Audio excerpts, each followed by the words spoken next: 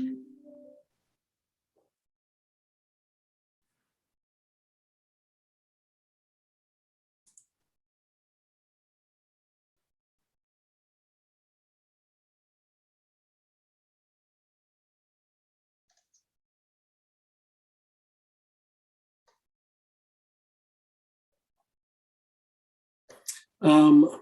think we should get started now.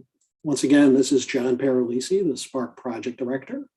Welcome to meeting 2 of the Health and Education Advisory Panel.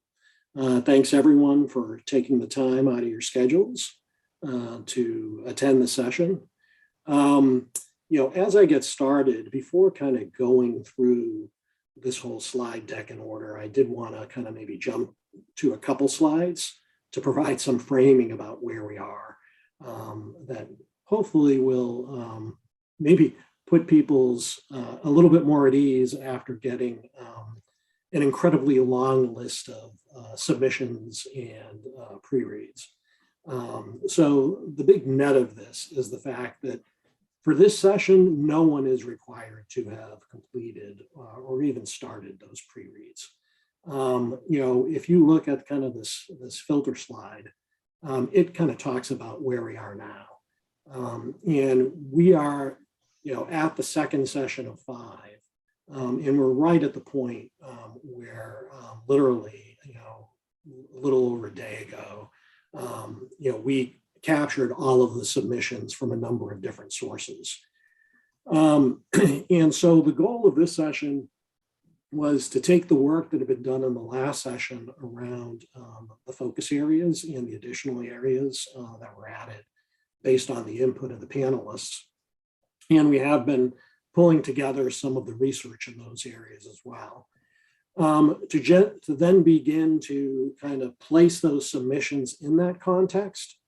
So to be able to kind of provide a view of what the lay of the land is. So once again, we're not expecting to make any decisions today.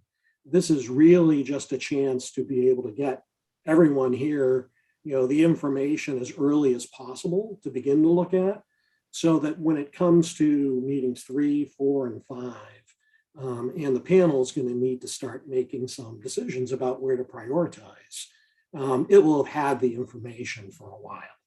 So for this session, what we've done is really try and kind of lay out where those submissions fell against the really, really broad health and education spectrum to begin to have some discussions around that.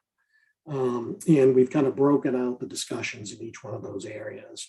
On this second slide, 13, and I promise I will come back to all of these in the correct order eventually, but just to kind of jump to the punchline, there are a bunch of common themes that we saw around needs in every one of those focus areas, like behavioral health, disability services, senior services. And we got a good number of submissions in each one of those areas. And there's no doubt that every single one of these boxes represents a need and an opportunity, regardless of whether there are submissions in them or not. And at the end of the day, the challenge for this panel is going to be, given the fact that it's so broad and everyone probably comes in here with an area of focus that they're most comfortable with, there's going to be a balancing act of having provided their expertise and insights around the area they're most familiar with. At the end, is going to need to look at this, all with kind of their integrated hats on and think about where the greatest priorities might reside in order to put together the final set of recommendations that Senator Erickson and Robin will be bringing up to the Spark Executive Committee.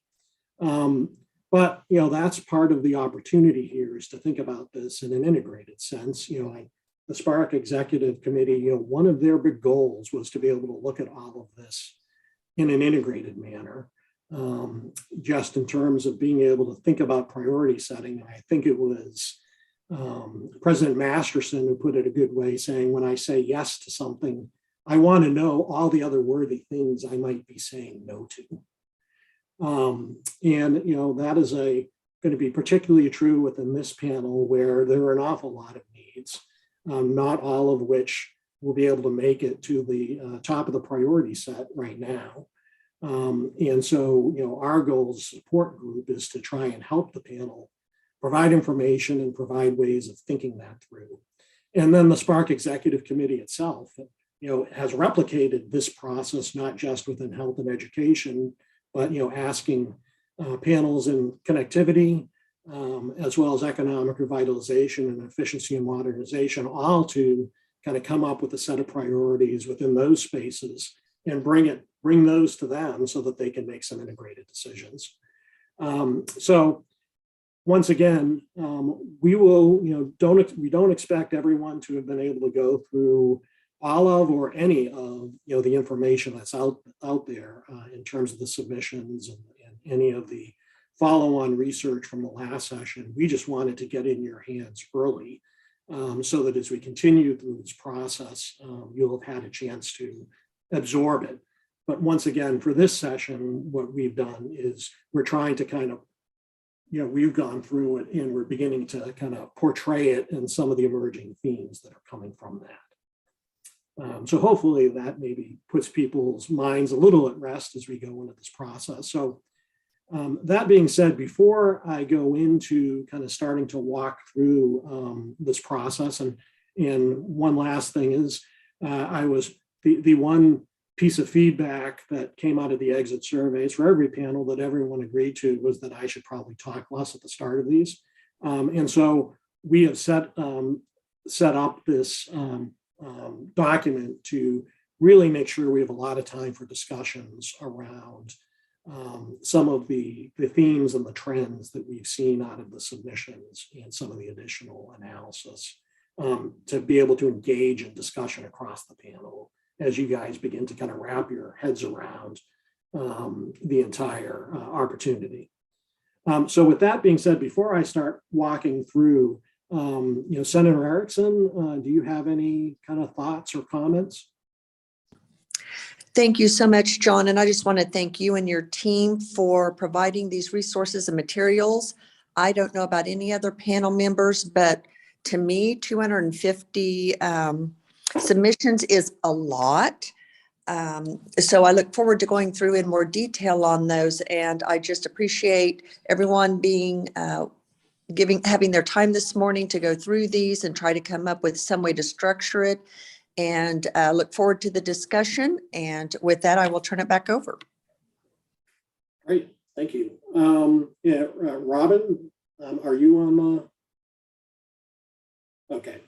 Robin had mentioned that she might have actually had an unavoidable conflict on this, but we try and make it. But John, I am on the call. Oh, great! I just couldn't get off mute. Yeah. Oh, awesome! I'm just excited for us to get started. I think you guys have put together a really good summary document for us to look at, and I appreciate the disclaimer that you've given that we don't have to make decisions quite yet. yeah, that's right. So. Great. Well, thank you. Appreciate that. So in terms of the agenda, real quick, once again, it was going to spend some time going through the purpose of the session, but then we're really going to be able to dive into discussions and brainstorming around some of the emerging themes from the ideas. Then in the third part, we're going to talk about, as a group, we need to think through how we want to handle filtering and topic prioritization. So we want to get guidance from the panel around how to think about, which filters should be really hard filters. Because if you remember that funnel, it showed, and we didn't even guess that we get over 200 ideas, but 200 submissions that might become 100 after we filter. Don't know what's going to happen here, but we've already started taking a crack for each submission in terms of understanding the potential allowability. But whether there are some other factors that should, be major things to consider as we filter and prioritize, we'd like to get some of your early thoughts on that. We can talk about that, and then talk about the next steps around, how we want to approach kind of focusing in and grouping some of the submissions into kind of programmatic ideas where it makes sense, and fleshing those out in conjunction with the panelists. So with that being said, go to the next slide. So, just to remind everyone where we are, we're in the second meeting of 5. So the next meeting will be in a few weeks.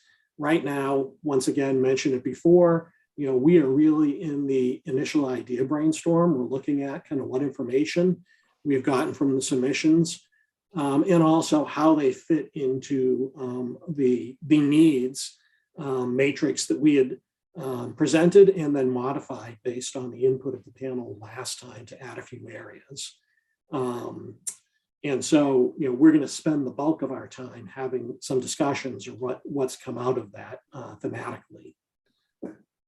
Go to the next slide.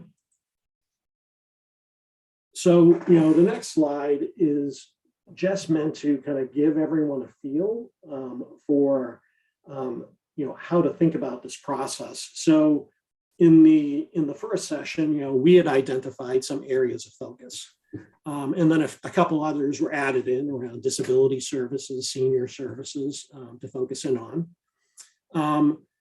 As we could see coming out of even just the submissions, there were some common needs across, all of those areas in terms of basic needs, access and awareness, workforce development, availability, affordability, data, systems integration. Generally, those are some fairly common areas of need across all of those areas. So we've been kind of building our knowledge from the left-hand side over to the right. From the submissions, we've gotten anything ranging from ideas to specific project submissions.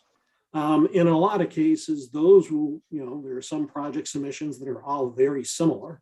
They can be kind of bundled into programmatic areas. And that kind of is almost the default level for this set of funds even to play at. There may be some things that look more like a distinct project and we'll need to analyze it down at the project level. But really, what we're largely probably going to be thinking about here is more programmatic areas.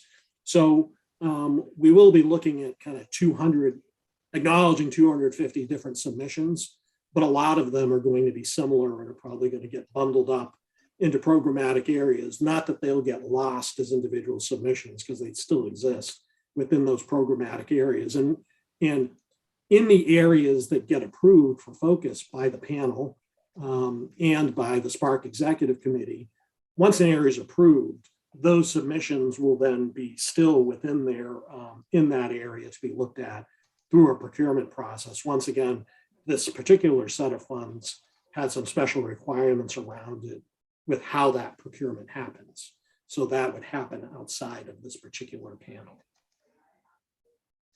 Go to the next slide.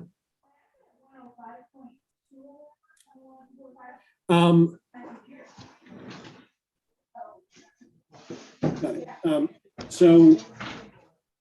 terms of thinking about, guiding principles and allowability rules, things to keep in mind in terms of prioritization is that in addition to just the judgment of the panel itself, there are a couple other things in terms of where the greatest needs and opportunities are. There are two other things that the panel should be thinking about. One is always keeping top of mind the guiding principles from the Spark Executive Committee in terms of, how they're going to think about the priority setting across the ideas coming from the recommendations coming from the panels. And I'll talk through that again. I think that's a good reminder because the Spark Executive Committee is going to be seeing recommendations from 4 panels. So trying to have those top of mind as the advisory panel is coming up with a set of recommendations could be pretty important because that's going to be the lens through which the Spark Executive Committee looks at all the recommendations. And secondly is the allowability. We'll talk about that a little bit as well. In terms of the allowability, you should know that we have expertise on the support team that already is beginning to look at each one of the submissions to understand the allowability, in terms of, it would always be allowable, never allowable, or even kind of potentially allowable depending upon how it's crafted. and where you need to be able to get more information around that. And so there are some general guidelines, but even there, we're going to be bringing expertise in to look specifically at each one of the areas to make a call on allowability. Go to the next slide. I just, had talked through this in the previous slide, but once again, there are some things that are always allowable, and there are some things that aren't allowable, and a lot of things conditionally allowable if they offer services or benefits for members of disproportionately impacted communities or sectors. So that includes populations in qualified census tracts, services addressing health disparities, communities disproportionately impacted by the pandemic. This plays out differently for this probably the bulk of the submissions coming into each one of the panels. A lot of the things coming out of this panel would probably be allowable, because a lot, the things that are always allowable are basically, responding to the public health emergency is number one. So keep that in mind. Allowability may not be as big an issue across all of these submissions, which is going to make prioritization, all the more important. Slide 6 now talks about the guiding principles for the SPARC Executive Committee. And this is something that, we're going to really need to be able to think about, or the panel will. That top one, in terms of prioritizing sustainable programs and investments through one-time use of funds versus substantial expansion of existing services, that is very top of mind for the SPARC Executive Committee. And so as, we look through that, look through the submissions, look through kind of the potential sets of priorities that come out of this, that's going to be something that's really going to be top of mind, and in some ways almost probably a go, no go at the SPARC Executive Committee would be my guess, but ultimately it's going to be their decision. Thinking through the opportunity to leverage local and agency funds to maximize use of discretionary funds. So, as we start honing in on these areas, and we'd already started doing that, understanding where, not only where there could be opportunity to leverage, but understanding, there are needs all across that matrix that, I previewed earlier. Some of those areas have received more funding and are continuing to receive more funding than other areas. So we'll need to think about that as we go forward.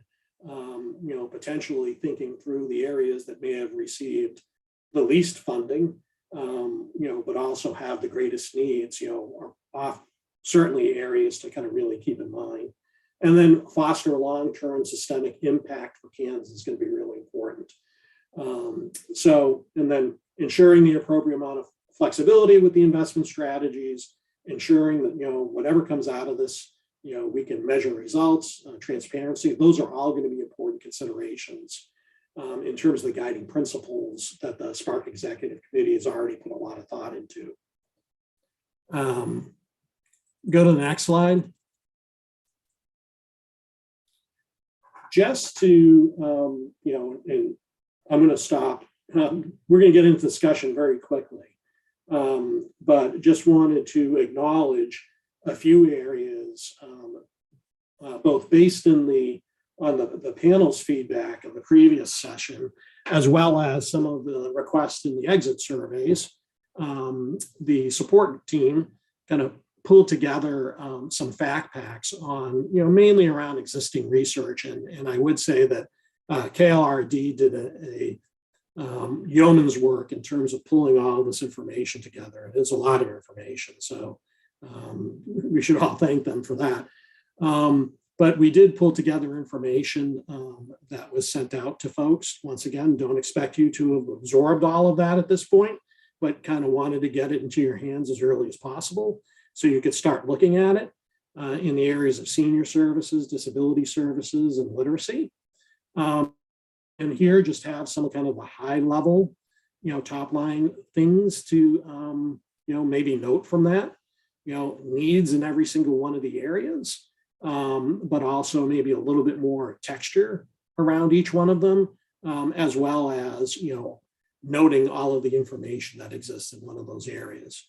So in terms of that, I mean, I'm not going to kind of restate what's on the slide. You guys can obviously see that. And there's much more rich and deep information in the fact packs that were sent out. So once again, thanks to KLRD and the support team for pulling all of that together. Go to the next slide. So in terms of going into the brainstorming around some of the emerging themes, as Senator Erickson mentioned, the submission process closed a couple of days ago, and in total, there were 758 submissions received across the 4 panels. And the health and education panel, in terms of, and it was the submissions, the person who submitted it themselves who stated which panel it should go to, received, I believe, 251. So a really high proportion of the submissions came in targeted this area, which isn't a surprise given that the area is broad, and this is an area that's incredibly important to people, and is an area that has received a lot of impact over the last couple of years. And so, once again, don't expect people to have been able to go through all the detail themselves. We're still going through the detail on all this, but we did want to be able to start presenting to you kind of where the submissions fell out and have a discussion amongst this group around your thoughts around some of the things that had come out of that in terms of themes. So if you go to the next slide, if you look at kind of the 6 big focus areas, and once again, the number of submissions doesn't necessarily mean the importance of any one of these areas. But this is just to give a feel for, where the submissions, where they laid across all these 6 areas with, significant distribution across the areas, 50-50 split between health and education. Smallest number of submissions came in disability and senior services. That doesn't mean that those areas are less important. And submission ideas frequently signaled potential to benefit multiple focus areas. And we'll talk about that a little bit, in the fact that some of the themes were so common. There may be a question at one point for the panel to think about, is there a program or an approach that you could focus on that actually impacts multiple focus areas at the same time. But anyway, at a top line, here is how they distributed themselves. On slide 11, the next slide, thematically, the support team also looked at them, not just in terms of which of the focus areas like behavioral health or disability service they fell into, but also just started categorizing the types of needs in terms of baseline needs around basic needs and access and awareness, around capacity and capacity building, so workforce development, availability and affordability, and then around enablers like data and systems integration.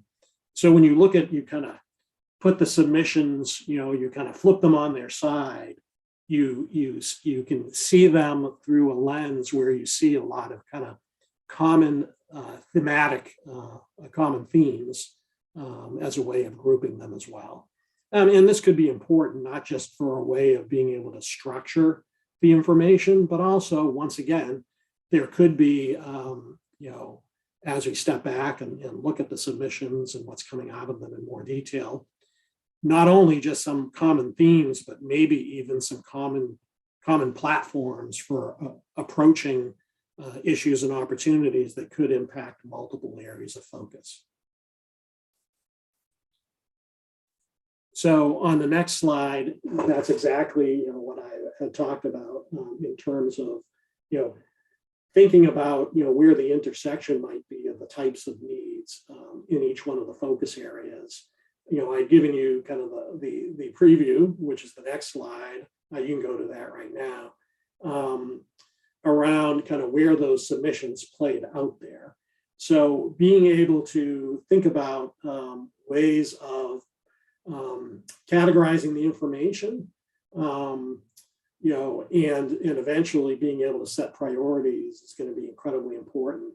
And to that end, as I mentioned before, I think it's going to be really and really important for not just the panel as a whole, but for all of the panelists over time to really try and think about this from an integrated standpoint, moving beyond just the area that you're the most comfortable with, because it may be that, the greatest priorities don't necessarily, at least for this particular set of funds, exist within that area.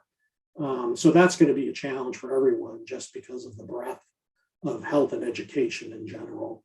And once again, the other thing is that, given how many needs and opportunities there are going to be, thinking about, are there maybe some systemic opportunities that may be able to kill more birds than one with one stone. I guess, we're going to be able to dive, rather than kind of going into it at this point, let's continue and then we can dive into some of the discussions. So, the big discussion for today, and we really want this to be a discussion, is, begin thinking about kind of reacting to, where the information is coming out, as well as beginning to think about, where to potentially be able to focus the efforts. It may be really hard to do it. No one's absorbed all the submissions, but beginning that discussion now, I think, is just going to help set the panel up for success going forward. So reviewing some of the emerging themes, and I'm going to let people, so this is taking a focus area, behavioral health, and it's showing against kind of categories of needs. Here are some of the potential programmatic themes and even example submissions that could help give a little bit of flavor to what a program could look like there and the number of submissions. So, and once again, just because facility or program expansion has the most, 15 doesn't necessarily mean that at the end of the day, that's necessarily the most important strategic area for the long term, but it is an indication for sure. So what I'd suggest doing is let everyone maybe spend 3 or 4 minutes looking through this and thinking about it, and then let's open it up to discussion around thoughts about this and where some of the opportunity points might be, whether we're missing anything in terms of this framework. And the goal would be to kind of begin engaging in some of this discussion, focus area by focus area, just to kind of get everyone's focus thinking about kind of the entire spectrum of opportunities here. So I will stop talking, which I'm sure everyone will be happy with. And so my computer shows 10:28, like at 10:32, after everyone's had a chance to kind of read through this, I'll open it up again for discussion.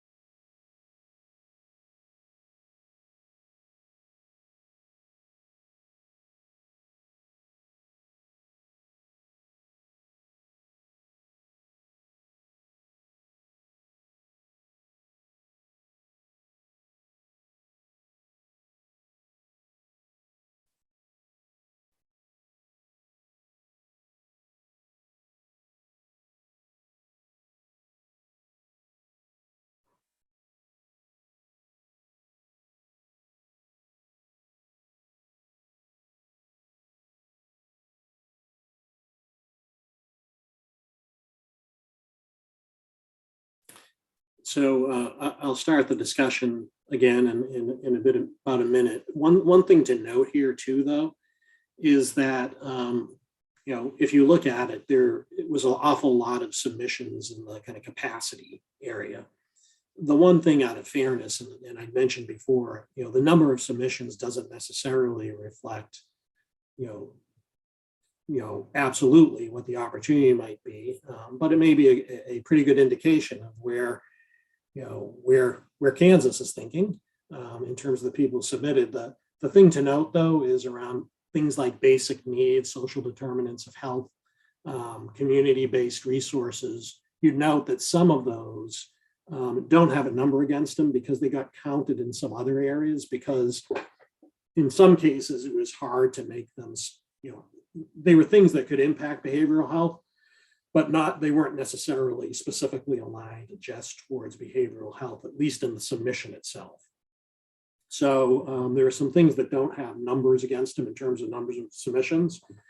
But that, once again, part of that is just some things tend to, were hard to kind of place in one portion of the matrix or another. So with that, I kind of open it up in terms of, some discussion around what do people think of the distribution, and also just generally, this is the first time you've seen kind of this way of breaking down, thinking about the needs. Is this a good way to do it? Is it missing anything? Is there a different way of thinking about it? John, this is Robin. I'll kick it off. It doesn't surprise me at all that the two categories that have the biggest number of submissions, and again, I realize that submission doesn't necessarily mean that's the need, but it doesn't surprise me that the biggest areas are workforce. If you combine recruit and retain and pipeline, you got 18 submissions, and then capacity with really probably 20, 15 and 5, because I think anybody, at least for behavioral health, and I am guessing this is true for education as well, the biggest needs are people and space to provide the services in. So those two things didn't surprise me at all. Thanks. Anyone else? John, it's Renee. I do have a couple of questions. Do we have a total amount of the submission request? Do we have a bottom line for that? In terms of dollars?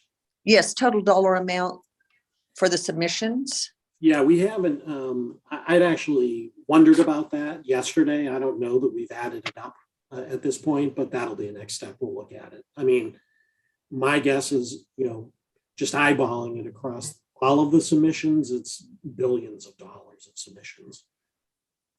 Okay, and then my second question, John, would be, is there any data around the geographic submissions? Do we have so many from cities or municipalities versus counties versus those that would have a statewide impact?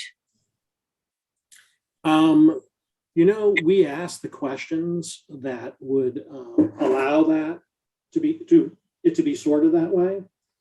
So we can look at that. It was really more around because we asked each person who was submitting to say what areas geographically would it impact. So that's a great idea. So we'll do that for sure. Thank you. This is Representative Christy Williams, and I'm with Renee in her office. So also, when we're looking at these, the overall impact, yes, the regionality, yes, but can we also see how many submissions in each area of the state? Because I do think that there'll be some accountability on that as well. Okay, I think we'll have the information to do that. I'm not quite sure. Let me check on that. I mean, if we do, we'll definitely do it. It won't be hard if we got the fields to be able to do all of these cuts, and they would all be useful, I'm sure, for the panel. So happy. And my last request is that once the categories get moved around and the list, I'm just here with Renee, and on my Macintosh, it's not pulling up the entire list. So maybe once it's set, it could be in a PDF as well. We wouldn't be able to link to the actual submission application, but at least we'd be able to see it if we couldn't get it to pull up on our laptop. Yeah, we'll work on that. And once again, apologies. A lot of this was kind of like a lot of late breaking information, but we wanted to be able to give everyone kind of an early view of it too. But we'll make sure that, particularly since we have time now, to make sure that it's accessible for everyone in multiple ways.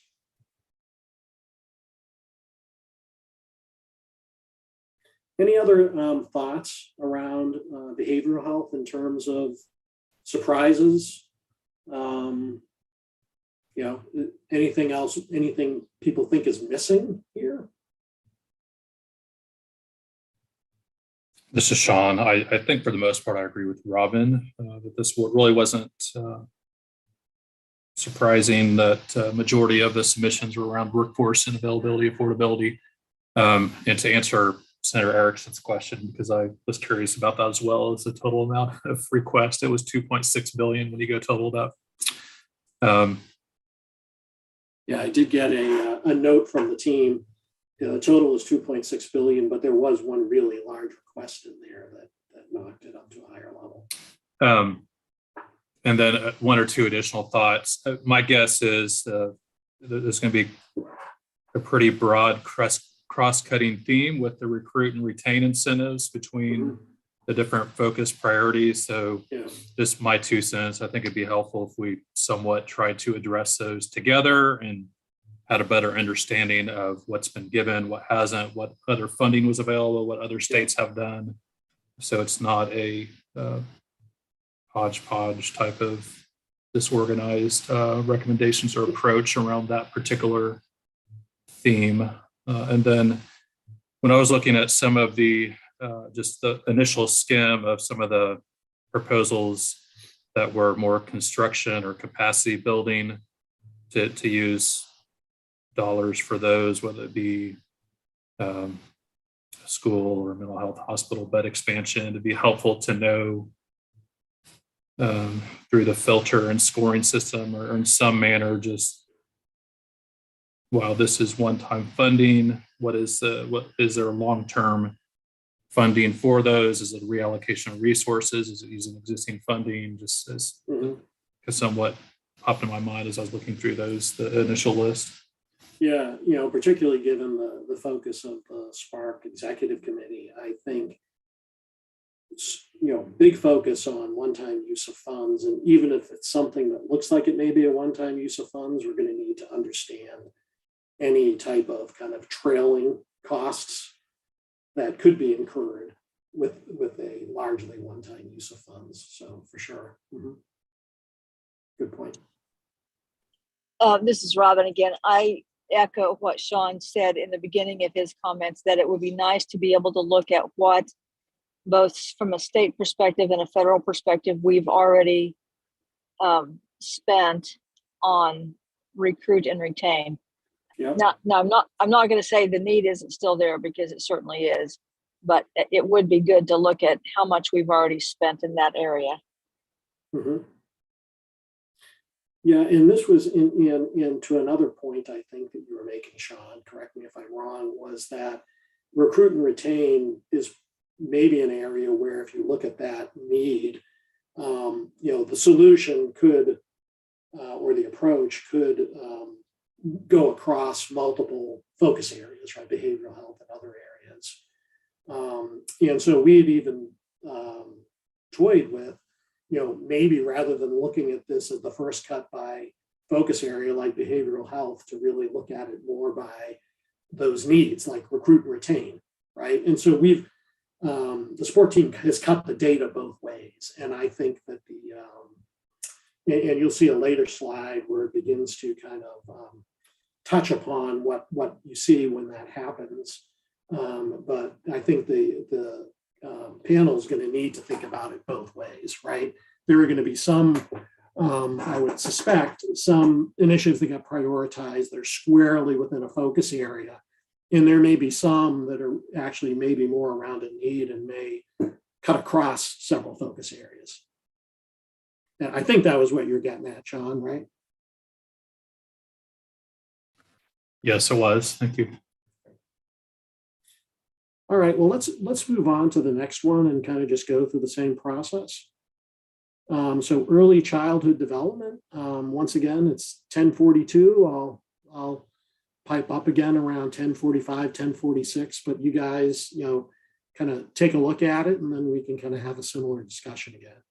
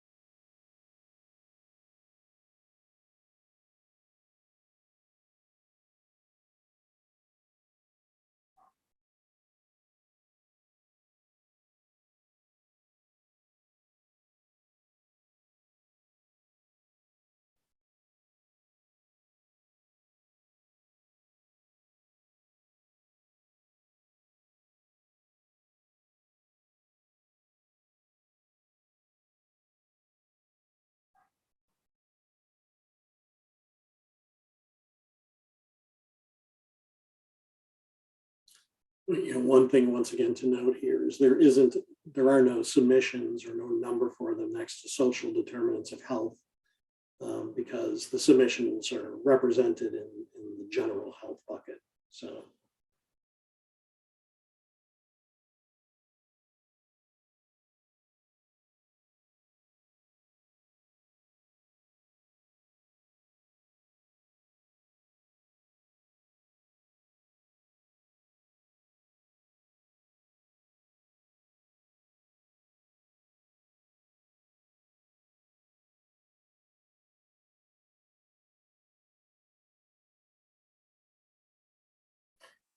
all right, so I guess I just open it up again for some kind of integrated discussion around, anything here, not surprise people, anything missing, any other information that could be helpful around it.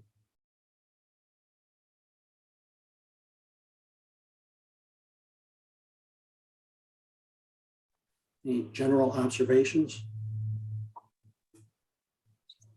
This is Robin again. I guess not working in education or especially early childhood education, it was a little bit surprising to me the number of submissions in the top two categories.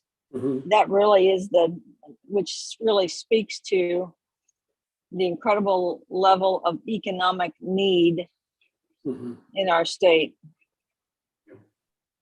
which I guess was just the number of submissions was a little bit surprising to me in that area. Sure.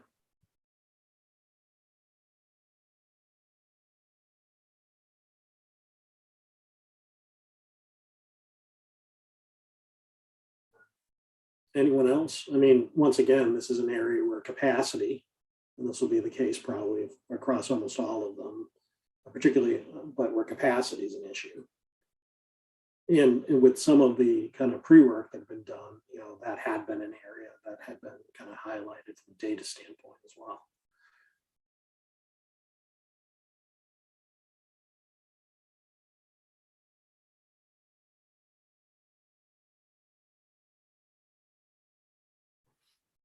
Any other thoughts?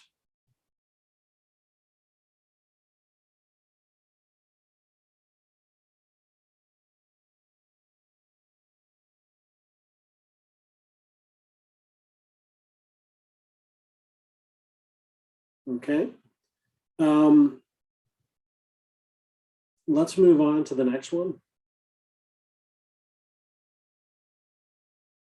So same drill, this is general health.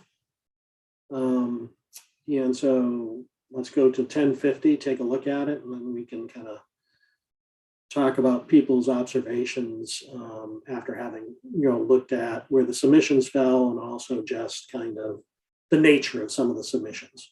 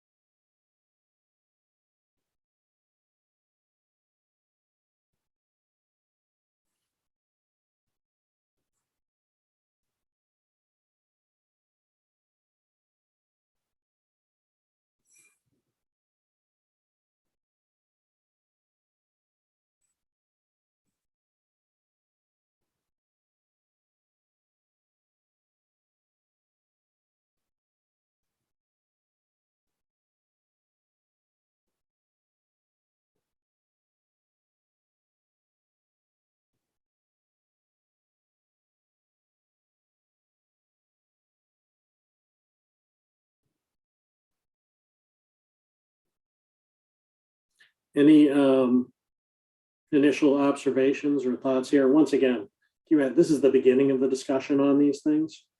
And particularly one thing I note as we begin focusing in on the areas where eventually where the panel thinks that maybe the greatest need is or a priority, once we start doing that, we can start looking at where there may be opportunities for transformative solutions, best practices, looking at either best practices that exist within Kansas or in other states. So we'll be able to kind of bring more focus and probably more creativity and examples to the table, hopefully, the more we hone in on particular areas. But that being said, initial reactions or observations?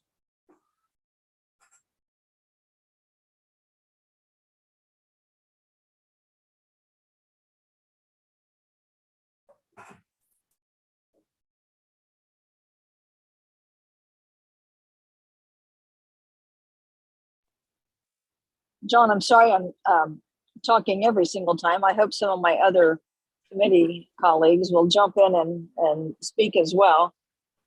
But I really appreciate your comments about let's look at best practices across other states, because at least in my area of knowledge and expertise in behavioral health and health in general, there are some very good models that have been implemented in other states. Oklahoma, Texas, for sure, have some very good models. And I think that's a great idea to kind of line some of those up against some of the submissions to see how much we can replicate and not recreate the wheel. Sure. Yep. This is McLean, and I don't know if you saw in the chat, I've got kids at home and a lot of noise, so I'm going to utilize the chat function to the extent that I can. And this is more of an overarching comment with regard to all of the categories, but if there's a way to layer in the recommendations that the Governor's Commission on Race Equity put together. They spent over a year doing a bunch of community convenings to determine those recommendations toward greater race equity, including, gosh, I can't quantify, but out of the 120 recommendations, about a third of them were health related. Others were education and workforce related, but through a race equity lens. And given the task force's guidance with regard to COVID recovery, specifically in health injustices, a layering of the two might help us to narrow down or at least better assess the submissions that we received. Yep.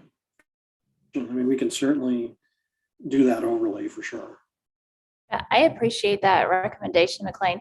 And Robin, is there a way that you could get us information on what you were referencing for Texas and Oklahoma so that we could look at those? Sure, I'd be glad to. Like, sorry. I can send that to John and team. Thank you. Yeah, I think that's going to get maybe a little easier to digest, probably when we get to specific areas. I mean, if there's some general things for sure, right? And I'm sure there's going to be lots of information and examples to bring to bear. It may be a little hard to be able to do it against like a grid of like 60 items.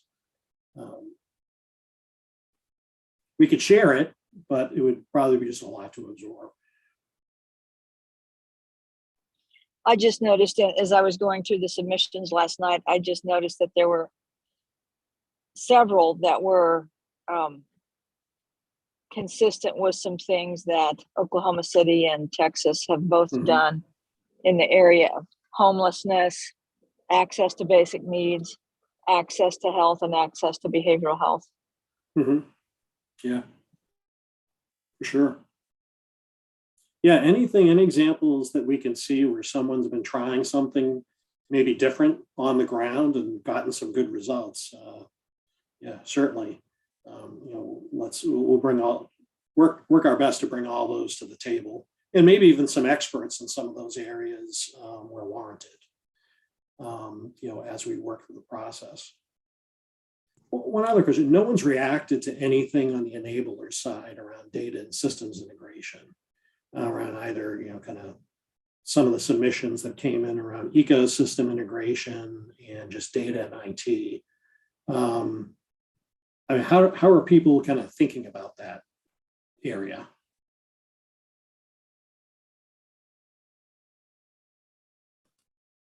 I'll just say as someone who's not in the IT space, but is in health, I know that it's extremely important for that integration to occur, especially if we're talking about, sustainability measures and also opportunities for, cost savings and increased access, particularly, rural areas and whatnot, and just making the system work better together. And the number of submissions, I don't really have an opinion on that. Would just need to see what those submissions sort of say to get a better sense of how well they address or propose to address the issues. Sure. This is Senator Sykes, and I have not looked at the submissions because it wasn't able to access those, but I think we do have some systems in place in the state that maybe, looking at, and I can't remember if it's Daisy or Iris, but those are some issues that are trying to do that. So since I haven't looked at those specific requests, but I do think it is important. And I mean, it's a way to kind of not have those gaps in the circle, like whether it's getting mental health or those, there are some things that I think we can do. Yeah. I wasn't surprised to see the greatest number of submissions be in this health category, because we are I would say, pretty far behind many states in our transportability of medical records, even though we all have electronic systems. There's pretty poor transportability, very Mhm. siloed. Got it.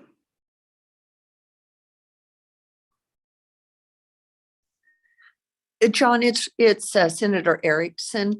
As I'm looking at this, I have kind of a broader question. Can you speak a little bit to the duration of impact? I was curious as to, was that self-reported or did your team analyze that? Because that to me is a big deal, looking at the guiding principles from the Spark Committee. It was self-reported, because keep in mind, we just closed the submission forms, a day and a half ago, but we included it as something where when they put together their description and case for their submissions, that they self-reported that.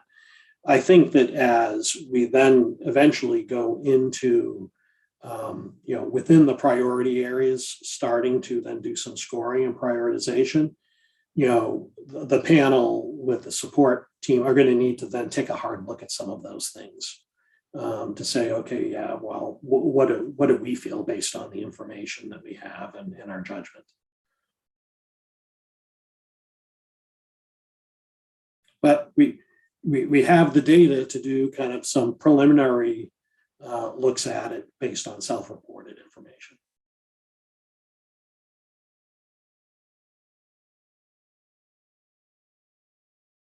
Well, we'll move on to the next area. It sounds to me like also there's just an opportunity for a lot of overlays here in terms of, to McLean's suggestion around thinking about it from an equity standpoint, looking at kind of, the proposed budgets, the funding to date, what's already been in play, being able to overlay, where best practices may exist within the state or from other states.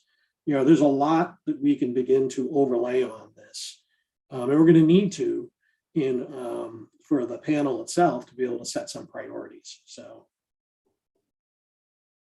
I'll let everyone on K-12 in higher ed kind of take till maybe 11:03 to look at this. One thing I'll say is, and someone can correct me if I'm wrong from the support team through the chat, is that there was one area of higher ed around kind of like innovation parks and the innovation ecosystem there that I'm not sure. I think we moved that to economic revitalization just because of its close link to business. But if I'm misrepresenting that, correct me if I'm wrong. It's an economic revitalization. So just in case anyone was expecting it here, it's over there.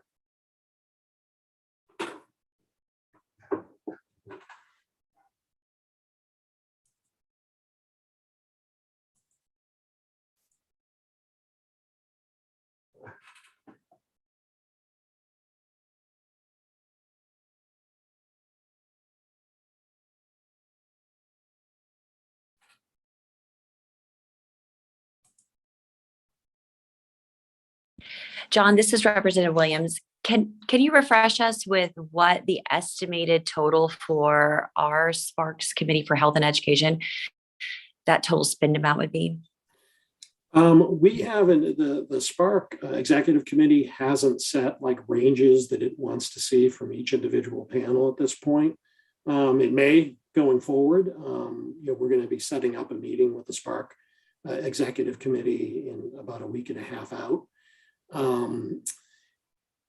So there's that. In terms of the overall bucket is 731 million, so they could go up to that point.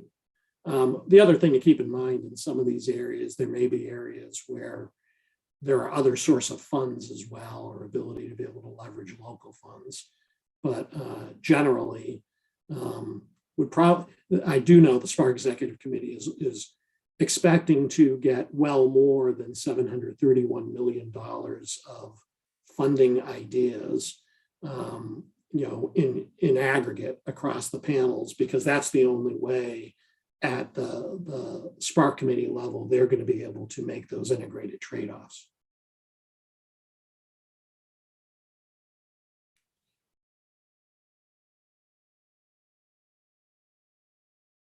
So I guess the short answer is we don't have it yet.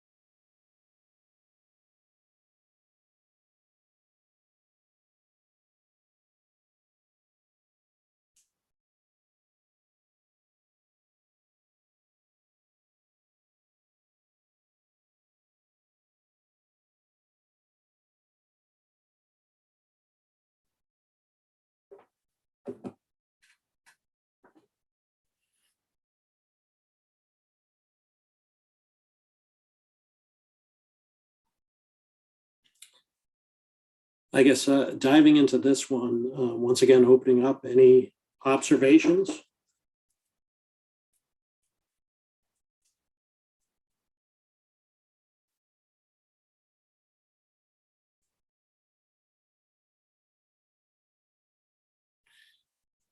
You know, one observation, by the way, from the team is that who's looked at the detailed submissions at a much greater level of detail, was that in this category, a lot of the submissions were mostly from local school districts, schools or organization.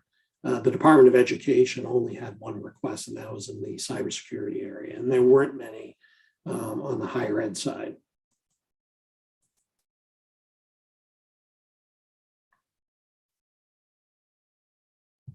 On the this is Representative Williams again on the K-12 with the schools, public schools receiving 1.3 billion in ESSER funding.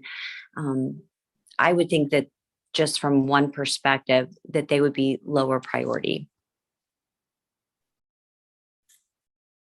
Yeah, very, very well, maybe. You know, that was the thought about as well, kind of overlaying the, you know, what the funding to date, how it lines up against all of these areas, right? So good point.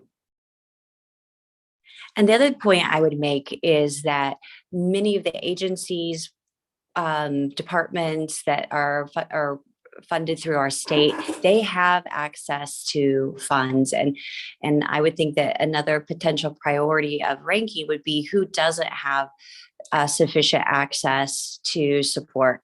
Whereas even our school districts are receiving Bay State aid increases, they're getting general fund increases that are increasing consecutively over a 5-year period with an inflator thereafter.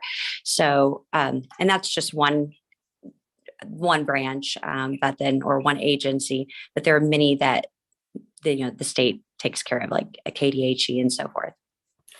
Yeah, yeah.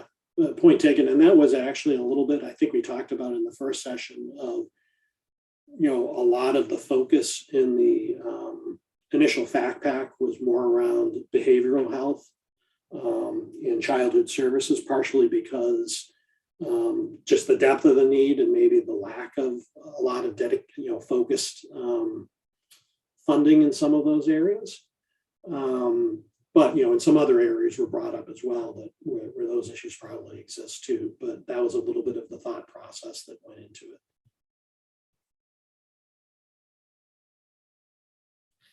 it. There also is a page in the appendix.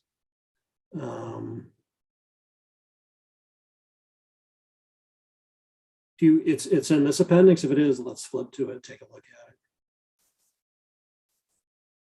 Yeah, this was the page from the previous time around, you know, when the Spark Executive Committee had kind of honed in more on behavioral health and early childhood development. Those are some of the factors that it was probably looking at. That was before my time, but to your point, Representative Williams, a way of thinking about it.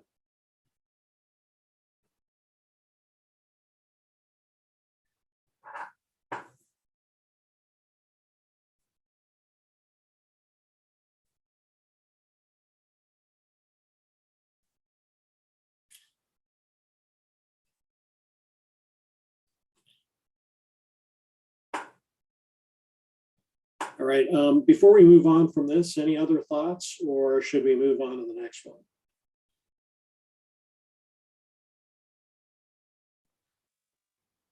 Let's go to the next one. Go ahead.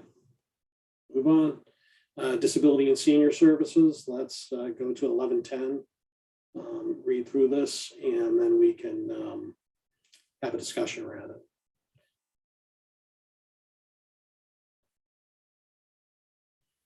Once again, a lot on the capacity side here.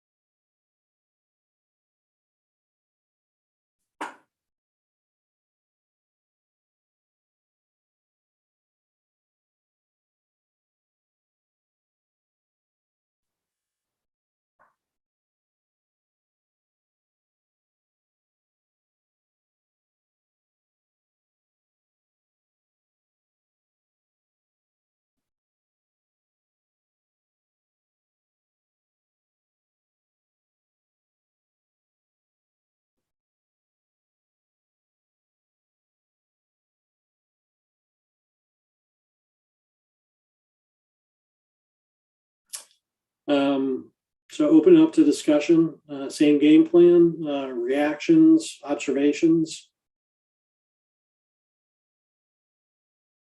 This is Sean. I obviously there's a lot fewer submissions in the other slides or other areas you already went over. Mhm. I'm a little bit surprised on that, although I did have someone tell me within one of these sectors that it's not time to do a renovation or add on to the house when the house is on fire. So maybe that's the reason. And both of these areas have been disproportionately impacted by COVID. So I think that does play into this.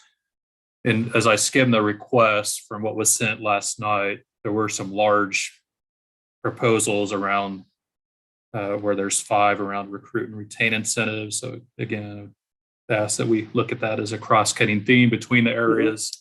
Yep. And there were several proposals. I think they're good ones around the facility or program expansion that would be one-time funds that would not have trailing impact, which I think is important as well.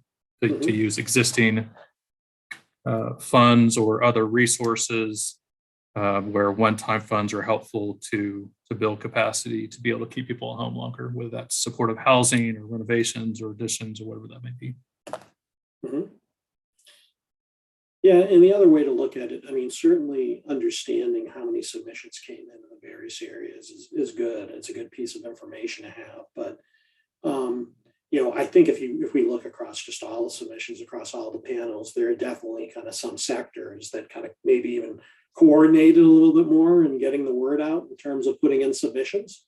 And so sometimes just looking at the submissions themselves can be a little bit misleading. So.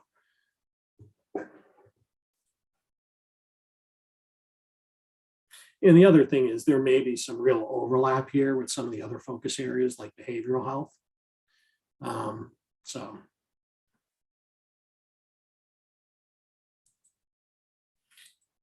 And once again, this is an area where KLRD pulled together a lot of kind of the existing work that had been done in information. So there are more fact packs around this to the extent that everyone's not aware of the full kind of lay of the land here. Once again, we hadn't focused on this as much or at all really in the pre-reads that we'd originally given you. So we tried to kind of true up the information set a little bit in the information we just sent you.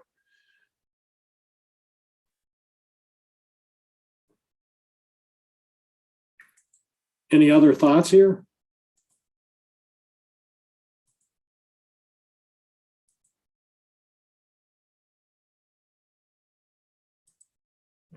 me catch up. So why don't you go to the next slide? And I think we've been touching upon this, is that, one of the big challenges here is going to be just how to focus. And, we've had a lot of good discussions, I think, about, applying some other overlays to these in order to understand how, each one of these areas, not only do we have the pre-read data around the depth of the need or the, by focus area, also just the number and the nature of the submissions, highlighting the opportunities and needs, as well as some of those other overlays around, goals around equity, overlay of, other funding sources. So, coming up with a way of being able to prioritize is going to be pretty important. And then secondly, particularly in the areas that, prioritize, really being able to understand, what's the right way to go about thinking about the solutions there, even beyond the submissions, looking at best practices, per Robin's point. And then also thinking about, are there some of these cross-cutting, some of these needs where, there's a potential for some cross-cutting solutions, where, maybe same root causes, same issues, where may be able to do something that will raise a lot of boats. So any thoughts about this? I mean, I think this is a little bit of a summary of where we came out in terms of our discussion anyway. John, this is Robin again. I was thinking very similarly to a comment you just made about needs that are cutting across all these areas. And I think I've made comments about this to my team over the last year or so. The STEM recruiting, so whatever that is, science, technology, engineering, and math, they have done that group of industries that recruit people into those fields has historically done such a great job, starting with kids in elementary school, to recruit them and get them on the path to one of those fields. And health and education have not done, at least anything that's been visible to me, nearly as good a job of making it a huge initiative. And every one of these submissions or these categories includes, we need to recruit and we need a pipeline. So that might be bigger than any one of the submissions, but maybe wrapping that need from these areas together to figure out how do we do something like STEM collectively. Yeah, that, and it depends upon what part of the pipeline you want to focus on, right? It's, are you getting people to train for the field? And then once they train, how do you get them, maybe if it's an issue, to stay in Kansas, right? And then you could get into things around, golden handcuffs, in terms of their student loans to stay in Kansas for 5 to 10 years. Once again, I'm not an expert in any of this. Someone had kind of mentioned to me a couple of days ago, but there may be lots of potential levers to pull, and some of those levers could actually apply across almost all of these focus areas.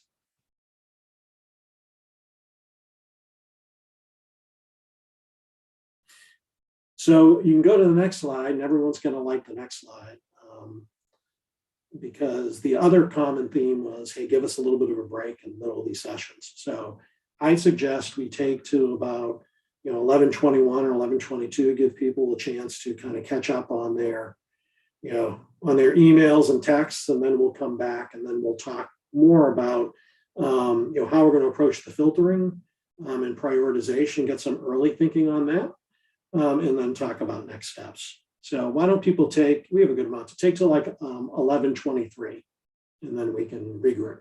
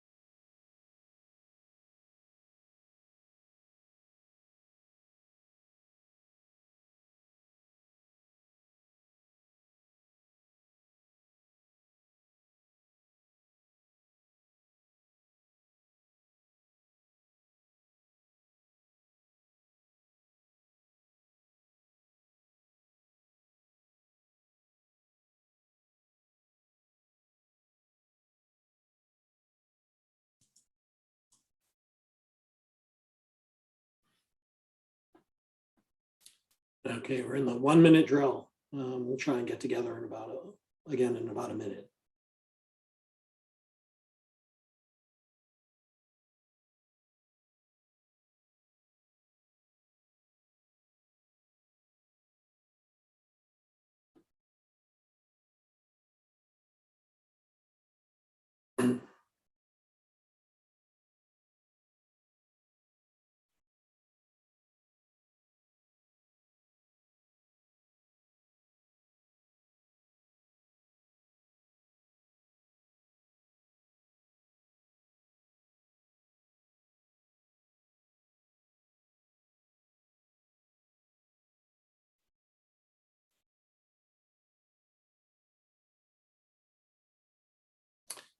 Okay, people are ready to get started?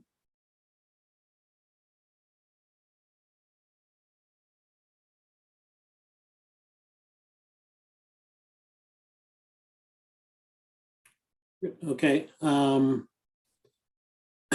to move on to the next section to talk about filtering or prioritization. One thing that I'm going to kind of make a call on here is we thought potentially we could revisit, this collaboration board, similar to what we did last time. I'm going to skip over that, suggest we skip over that right now, and we can revisit that at the end if we want to. But given just how much late breaking information there's been that people are just now starting to absorb, I think we want to kind of go into some other things, maybe a little bit higher priority. So on slide 25 in front of you is the highest level view about where we are. I talked about this before, and kind of we're at the point where we need to start thinking about not only how to prioritize, but even also how to filter. So to the extent there are some submissions or some areas where we would say early on, those are things that are either going to just get outright filtered out because of allowability constraints, so you just couldn't do anything there. Or areas that we may want to begin thinking about, the very least, that we might have less emphasis in terms of weighting. Let's have at least an initial discussion around that. As I mentioned, we have consultants that are looking at each submission and have already started applying some of their expertise around whether things are always allowable, never allowable, and it depends. And we're going to continue to be doing that. And as we group things into programs, for every single program, we're going to be looking at in detail. And often, understanding what could make it allowable, per McLean's point around, if it's targeted against impacted populations, certainly that is within the sweet spot of these funds. So I'll go to the next slide where we can begin to have a little bit of a discussion. So as I just mentioned, in terms of kind of required, it's, is it allowable? Because if it's no, or couldn't be shaped to be allowable, then, no sense in us going forward with it. But there are a lot of other things to consider around potential filtering criteria.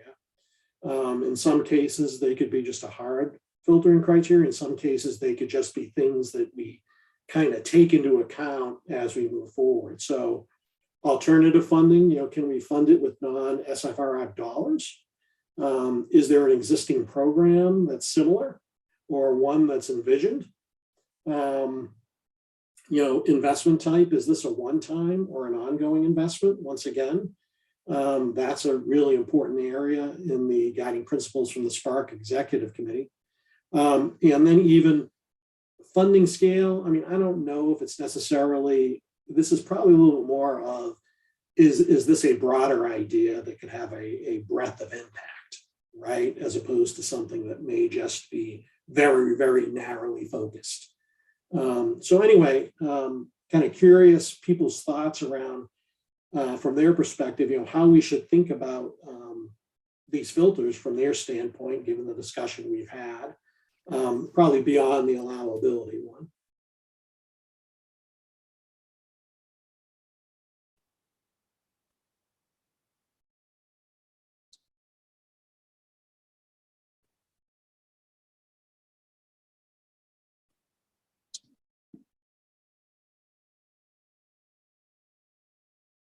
Any thoughts? John, it's Renee. I'm sorry. Could you please repeat that? Robin was indicating to me that she was having trouble connecting, and so I think both of us were maybe a little Oh, okay, got it. offline for just a Sure. moment. So could you please repeat that last part? Okay. I'm gonna get in the exit survey again that we want John to talk less.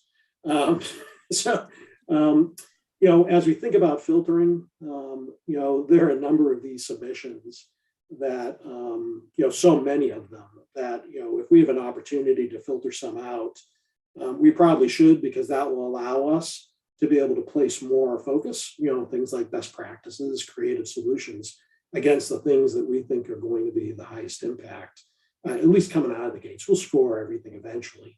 But if something is like a non-star around allowability, like you just cannot do it, with this set of funds, then, we will filter that out. And we already have experts in the consultant support team looking at that. And you'll probably see, if you look through the submissions, they've been able to say on several, is it allowable? Yes or no, hard no, or is it depends, right?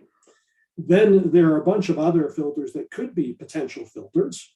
And we can, the panel can decide, do you want to make it a hard filter or just something that weights a lot, when you're doing the scoring? So I think it was Representative Williams that said, hey, let's understand where alternative funding exists, where, maybe it doesn't make sense to use SFRF dollars there. So the question is, how much to weight that in and think about it in terms of filtering. Is there an existing program that would be similar? The fourth one is really the investment type. Is this a one-time or an ongoing investment? Because that's going to be an area that, with the guiding principles from the Spark Executive Committee, is going to be a really important thing that they're going to be looking at in terms of things that are presented to them across the panels. And then the last one is funding scale. And I might actually even think about that a little bit differently. It's more like the breadth of the impact of the idea. It's, which things are maybe more point solutions versus things that could have broader impact, could be a way to think about that. So with that, Senator Erickson, I open it up to say, given everything we've talked about, how do people think about this beyond just what's definitely or definitely not allowable for SFRF? This is Senator Sykes, and I think, as we're looking at them, making sure it is, one-time investment, or we do have the potential to continue the program, because I think it would only be devastating if we put something in place and it's very helpful, and then, a year or 2 years out, we're having to pull it back and we're doing more harm than good. So I think that should be, one of those high stakes of, is this a one-time investment, or are we really just creating a cliff for ourselves in the future? Mm-hmm. This is Robin. I fully agree with that. Mm-hmm.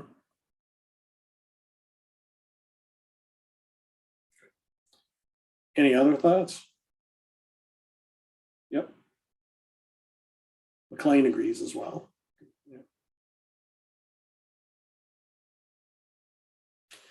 And in terms of the alternate funding or other sources of funding, we can certainly do that overlay per Representative Williams' suggestion. And it may not be a hard filter, but it certainly could be something that will impact the scoring, would be my guess, with the panel.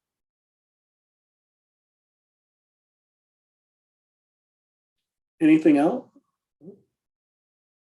Yeah, we can also, the other point is we could do an overlay on state and local area of impact based on the earlier request. So not only, per McLean's suggestion about, like, let's see where this lines up against some of the other work that's been done around equity, we can also look at, what portions of the state are, the potential, initiatives or programs impacting. So we can understand in terms of geographic equity as well. This is Sean. On the overlay, I don't know, this is necessarily a filter or a scoring, but there's also been a lot of work done in the Mental Health Modernization Committee, a series of committees over the last couple of years. So maybe comparing their recommendations that'd be appropriate for one-time funds that meet this filter or criteria to compare or overlay to whether proposals submitted, and then filtering that through the system. And the same thing for senior care task force type thing as well. Good point. Yep. Okay. Move to the next slide.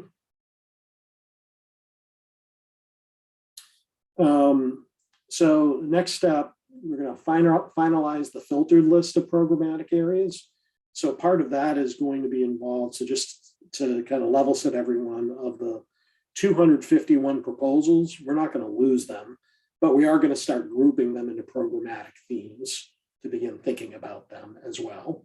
Some of them may be very standalone, in which case we'll think about them, make sure we get to the standalone details well. We're not going to lose the proposals.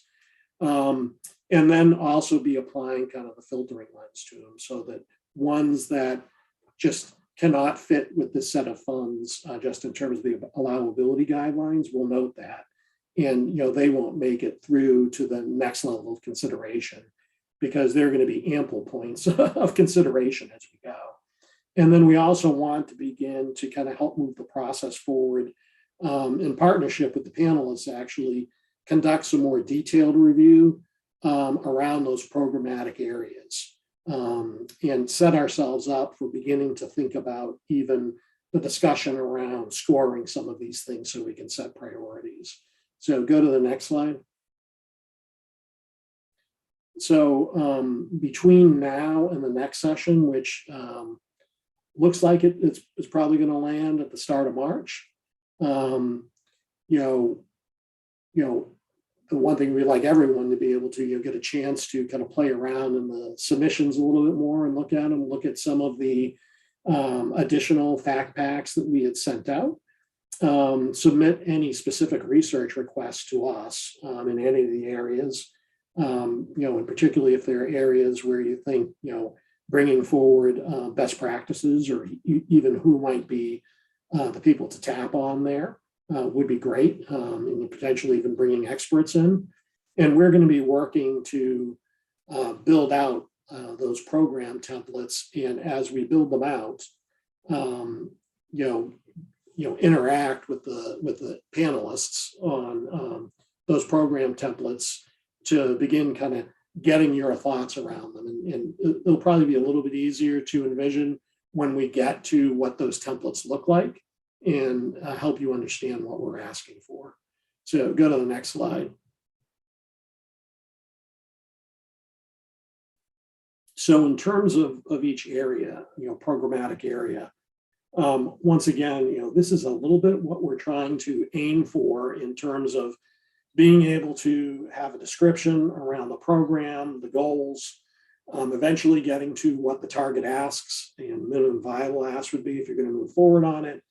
Begin in that around under additional impact and feasibility details, begin doing some of that profiling around understanding how to think about these from an equity standpoint, or feasibility standpoint, if other funding sources are available, financial sustainability, is this something that could create a cliff? And are we really pushing to understand, even some that looks like a one-time investment, is it potentially going to create some trailing costs requirements?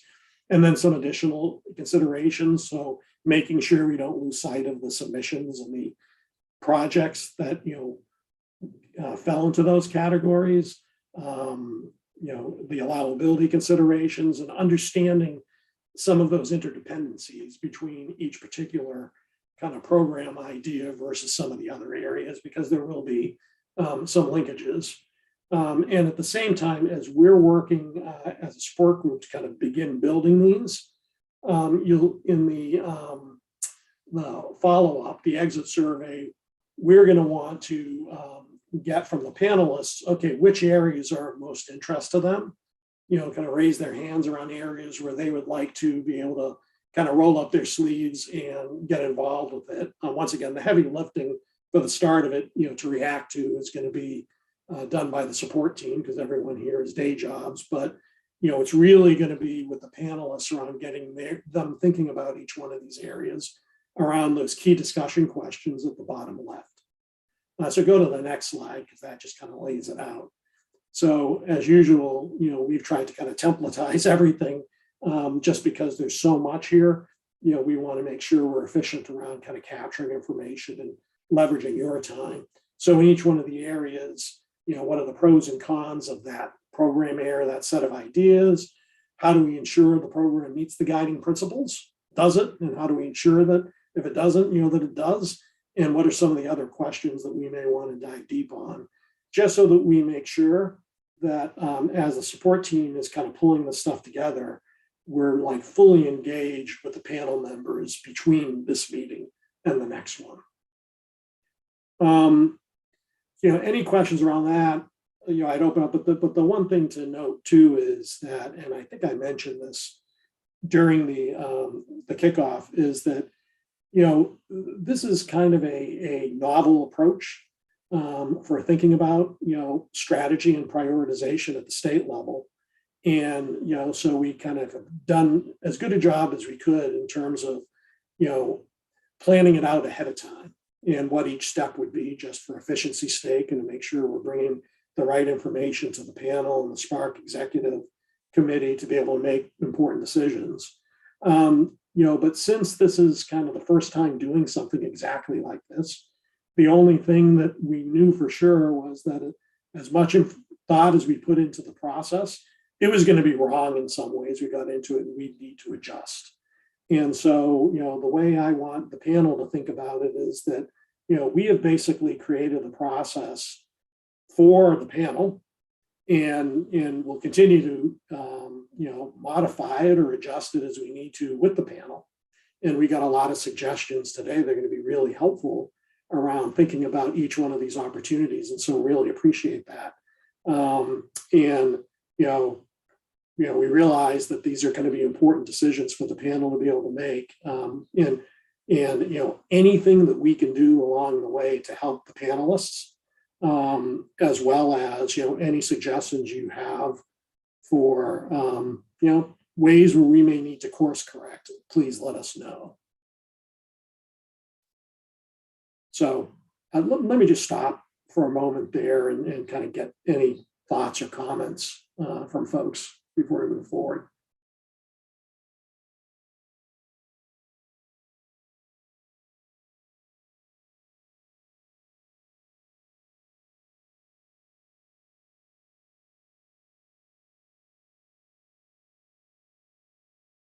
All right, we'll go to the next slide.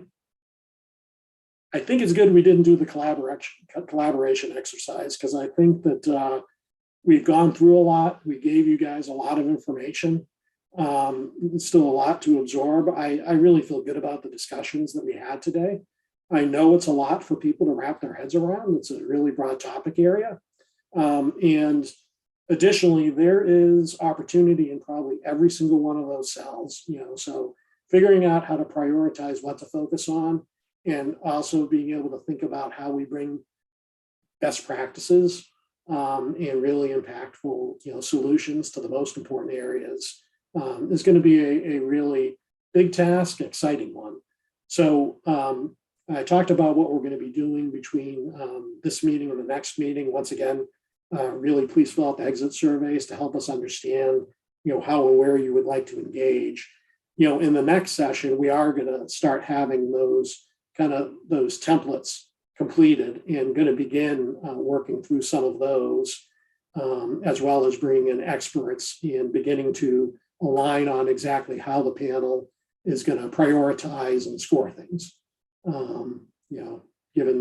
Given the wealth of things that can be focused on. So with that, that's really all we're going to go through. Any summary thoughts or observations or closing comments from anyone? John, it's Senator Erickson. I would just say thank you to the committee members who were able to join today, and for the great feedback and discussion, and to your team for all of the work getting this turned around so quickly. And I just encourage everyone to please provide feedback via the exit survey. Thank you. I agree, John, you and your team, that was a great summary that you sent out last night. It was obvious a lot of work has already been done so that this becomes somehow absorbable by all of the committee members. And I know it will take time, but I would just encourage my fellow committee members to really put the work in to understand these proposals and take a look at them so that we can get through this next couple of meetings work to decide which ones we send forward.